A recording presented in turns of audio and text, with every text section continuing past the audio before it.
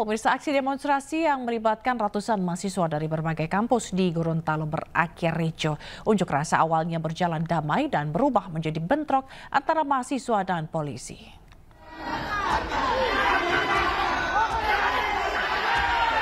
Aksi unjuk rasa mahasiswa yang tergabung dalam aliansi BEM Cipayung Plus di DPRD Provinsi Gorontalo berakhir ricuh pada Senin sore. Para mahasiswa menyuarakan kebebasan berpendapat dan maraknya aksi premanisme di Gorontalo. Kericuhan berawal dari aksi saling dorong antara mahasiswa dan aparat keamanan, baik polisi dan Satpol PP.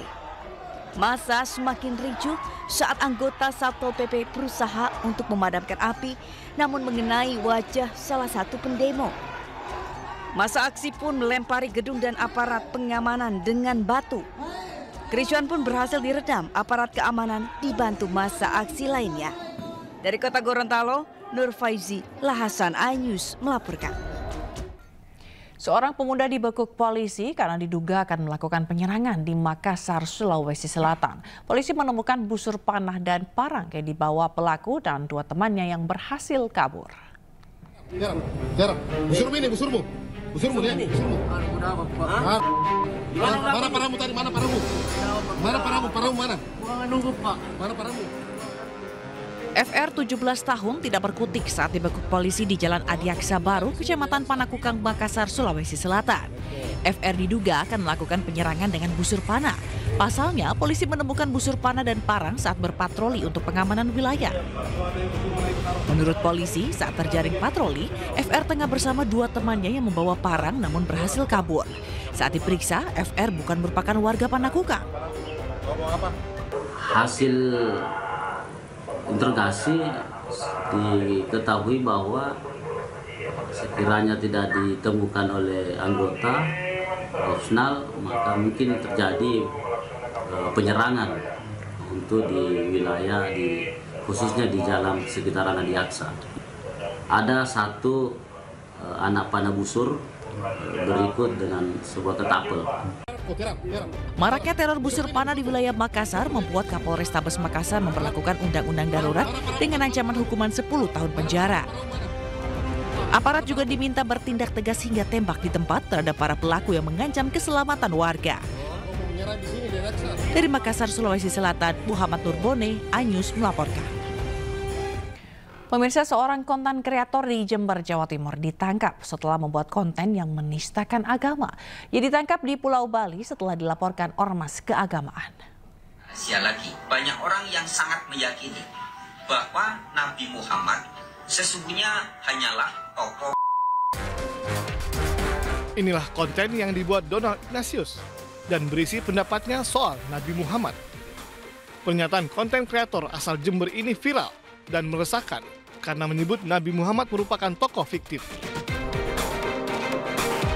Setelah mendapat laporan dari organisasi keagamaan, Polres Jember bergerak cepat dan menangkap Donald Ignatius di Pulau Bali yang juga menjadi tempatnya membuat konten tersebut. Kamu cuplik nggak itu? Enggak kan? Enggak kamu cuplik, enggak kamu sebutkan tuh. Yang menyatakan itu enggak kamu cuplik. Saya sampaikan. Kamu sampaikan. Ya. Ya gini aja Mas, interogasi aja ke Polda dulu ya. Kita di sana. Bawa baca. Setelah diperiksa intensif, polisi akhirnya menetapkan Donald Ignatius sebagai tersangka. Ia diketahui pernah dipenjara 2 tahun karena kasus ujaran kebencian. Fiktif artinya tokoh ini adalah tokoh hasil imajinasi atau tokoh imajiner yang tidak sungguh-sungguh pernah ada. Dan tidak lama berselang video ini viral dan mendapat banyak kecaman dari masyarakat di Kabupaten Jember dan dikhawatirkan menimbulkan permusuhan dan kebencian di masyarakat, terutama bagi umat muslim yang dikhawatirkan berujung pada tindakan anarkis. Untuk tersangka ini asli Jember dan bekerja di Provinsi Bali. Untuk mempertanggungjawabkan perbuatannya, ia dijerat Undang-Undang Informasi dan Transaksi Elektronik dengan ancaman hukuman 6 tahun penjara. Dari Jember, Jawa Timur, Bambang Sugiarto, iNews melaporkan. Pemirsa, seorang karyawan sebuah toko bangunan di Padang, Sumatera Barat diringkus polisi usai mencuri uang majikan di tempat dirinya bekerja. Pelaku nekat mencuri hanya untuk memenuhi keinginan bergaya hidup mewah.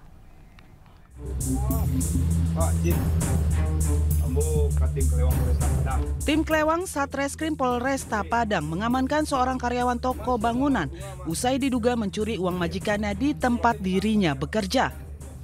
Wanita muda berinisial B usia 24 tahun ini dilaporkan pemilik toko setelah mencurigai adanya kejanggalan dalam proses keuangan. Pemilik toko mulai curiga setelah menemukan selisih antara laporan keuangan dan uang tunai yang ada di kasir. Usai mengecek kamera pengawas, terekam aktivitas pelaku mengambil uang dari laci kasir tanpa izin. Kepada polisi, pelaku mengaku nekat mencuri karena ingin memenuhi gaya hidup mewahnya tanpa harus kerja keras.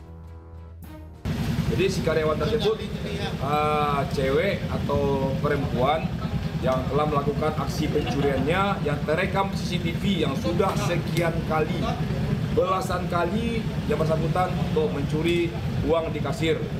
Kerugian di total sudah kurang lebih dari 200 juta rupiah. Kasus ini menjadi pengingat bagi pelaku usaha untuk meningkatkan sistem pengawasan dan pengelolaan keuangan internal agar kejadian serupa tidak terulang kembali.